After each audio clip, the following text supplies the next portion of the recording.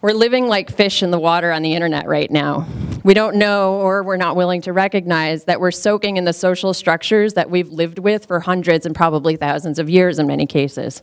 We're porting our understanding of the offline world with all of our prejudices, our biases, our hierarchies, and we're putting those onto this blank canvas that is the internet. Especially in spaces that are focused on relationships and social features, we have to be aware of this.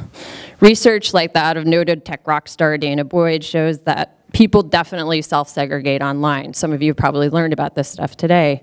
White people totally hang out with white people, even though, for example, a Pew study showed that an African-American person who's online is more likely to use Twitter than a white person who's online. A Rapley study showed that men are twice as more likely to follow another man on Twitter, even though women make up more than half of all of social networks' memberships and participation, Twitter included. We've got to interrupt this pattern now with conscious effort and action. This is where storytelling comes in. Let me tell you one more. So in the summer of 2009, there was a private country club in Philadelphia that banned a group of African-American children from swimming in the pool despite the fact, despite the fact that the kids' camp had paid for swimming privileges. The director of the country club issued a statement saying that he was afraid, and the country club was afraid, that the complexion of the pool would change. No joke, he actually said that.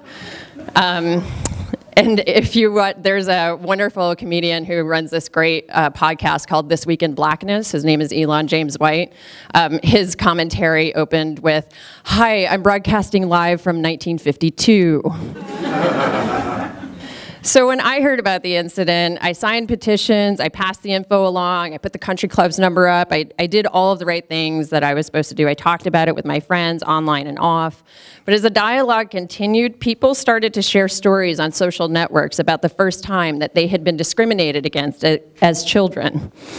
I read story after unfiltered, unedited story, written by friends as well as people who I barely knew. Each time, these stories were devastating.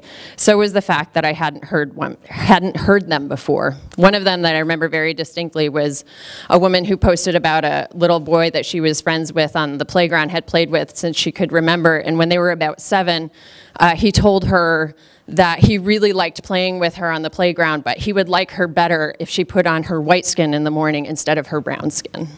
And that, to me, I think about children experiencing that, and it was devastating to me, and I'll tell you why.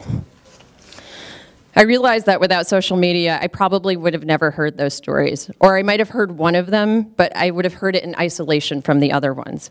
Being white, I've never been the victim of racism, and since many of my friends are white, they haven't either. Prior to the internet and social media, I most likely wouldn't have ended up in the company of a group of people of color sharing their childhood discrimination stories so openly and so honestly. Social networks offer huge potential for overlap between groups of people. Even though humans will always be drawn to people that they think are like them in one way or another, sharing powerful stories with one another has the potential to reach across these social boundaries and to create new kinds of safe spaces where we can put those stories out there.